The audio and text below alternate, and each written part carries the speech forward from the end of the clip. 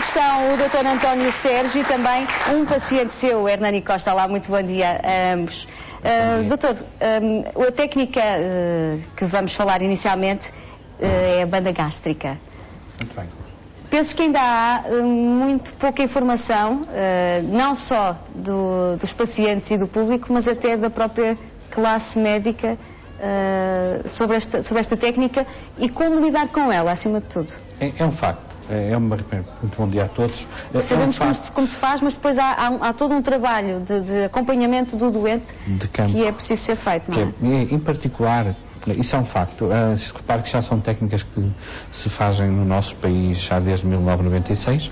Já temos 15 anos, já há 15 anos de experiência e já há um lote de doentes muito grande com pratos, com várias técnicas. Sucesso, não é? Sim, com várias técnicas, quer com banda gástrica, quer com bypass, quer com cirurgias derivativas. Todas são técnicas que tratam esta patologia.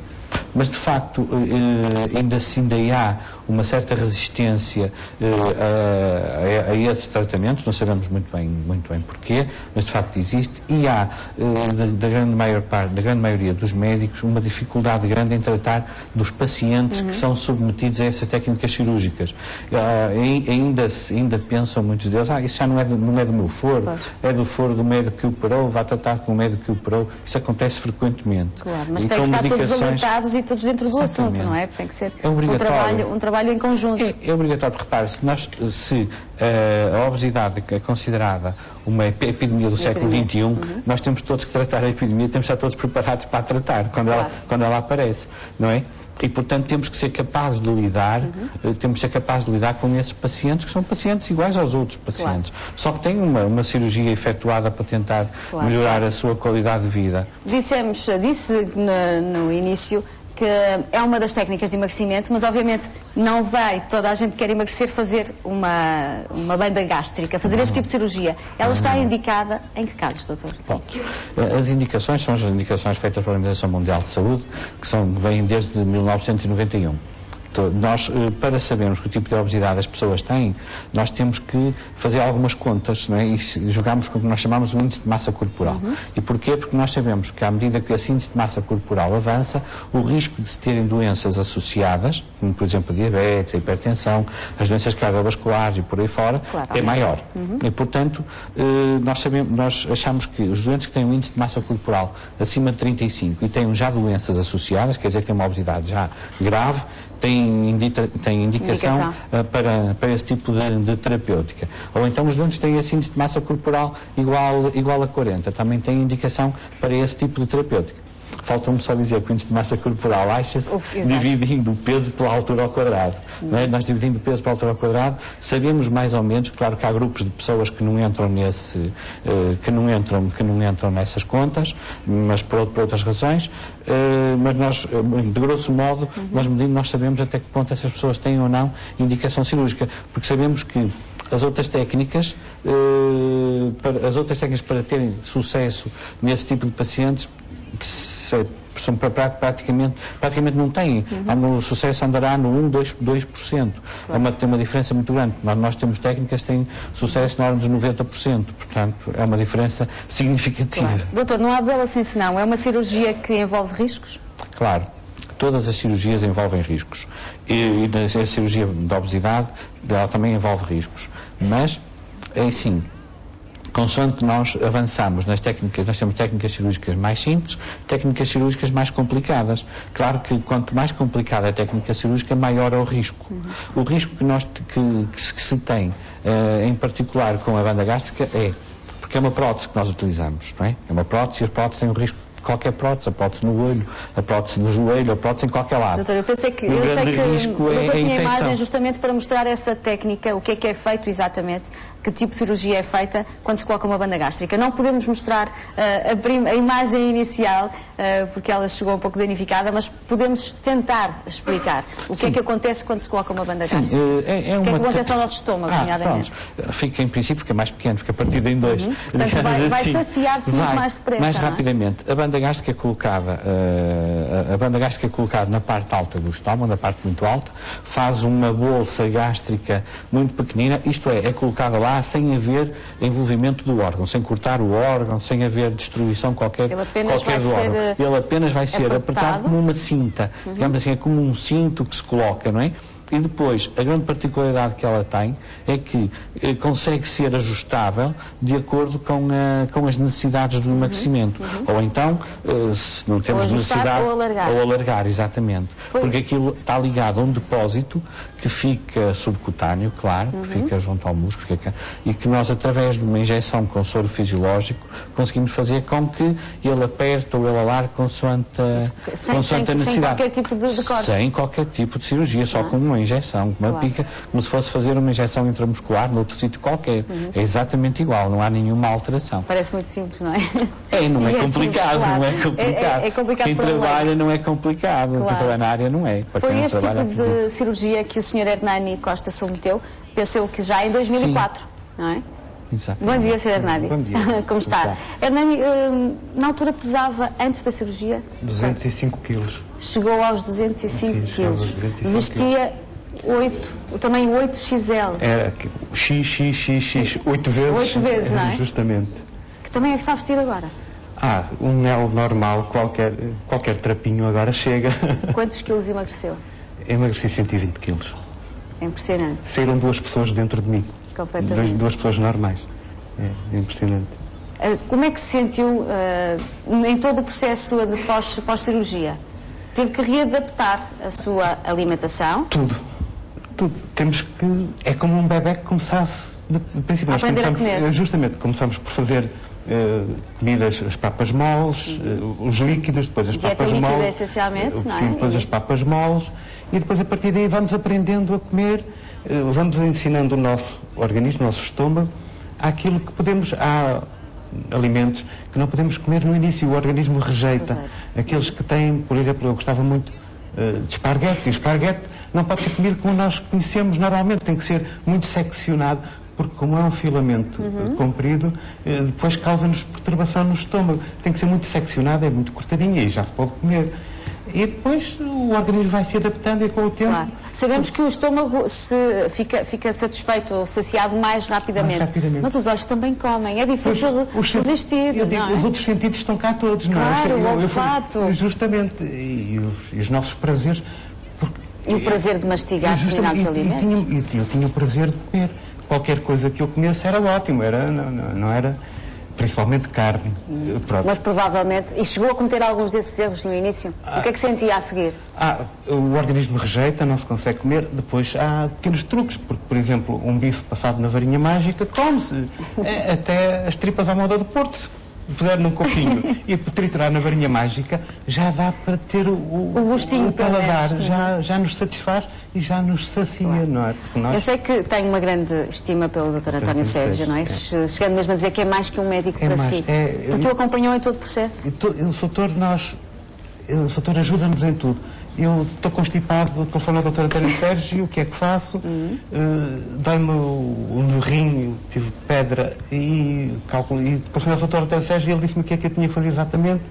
Que seja, saí de uma menina, uma doente do Sr. António Sérgio, que na noite de Natal exagerou e o doutor, depois da ceia de Natal, fez favor de a ajudar e de socorrer nessa altura, porque ela estava com problemas na banda. Claro. Portanto, para ver a disponibilidade do doutor é total, portanto, nós usamos e abusamos da boa vontade. Doutor, mas este acompanhamento também é necessário, não é? É necessário, exatamente. Nós temos que pensar que estamos a trabalhar com uma prótese, não é?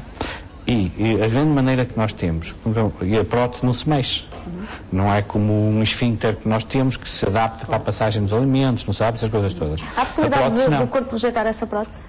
Muito pouca. Eu posso lhe dizer que eu tenho neste momento à volta de 2.100 doentes operados e só tive três pessoas que se pode dizer que foi rejeição, ou eventualmente eu penso que é mais infecção, porque as próteses estão sujeitas a isso. Eu penso que foi mais infecção, porque em 2 deles nós retirámos a banda e voltámos a colocar posteriormente. Penso que foi mais infecção do que rejeição. Eu rejeição não conheço muitos casos, mas em princípio poderá haver. Mas, como eu estava a dizer, o problema é esse mesmo. Como é uma prótese, ela não se mexe. E, portanto, há situações em que as pessoas, de facto, se esquecem de mastigar bem, se esquecem de as coisas que podem fazer, que é normal. No decorrer, são anos e anos a fazer o inverso, portanto, é perfeitamente normal acontecer uma coisa dessas. E nós sabemos que, se atuarmos nesse momento, o risco de termos complicações a médio e longo prazo é muito baixo. E, portanto, tem que haver disponibilidade para se atuar no momento, não é? Não se pode esperar que as coisas aconteçam, se resolvam por si, porque elas não se resolvem por si. Isto é um processo mecânico. Como é mecânico, tem que ser na hora, não é? Não adianta. E isso poupa-nos trabalho posteriormente, não é? Complicações e essas coisas todas. É uma cirurgia cara? Não, eu não acho que seja. Agora, não é barata também, porque, repare, só uma prótese, só essa prótesezinha custa 2.000 euros, está a ver, é um preço efetivamente exorbitante. Há algum tipo de participação neste momento? Os hospitais públicos, neste momento, fazem. E foi criado, juntamente com a Secretaria de Estado da Saúde, foi criado um programa que, infelizmente, ainda não está implementado. A 100%. Exatamente. Foi criado um programa para que entre os hospitais públicos e os hospitais privados, eu penso que foi pela primeira vez os hospitais públicos e os privados recebiam de uma forma exatamente igual.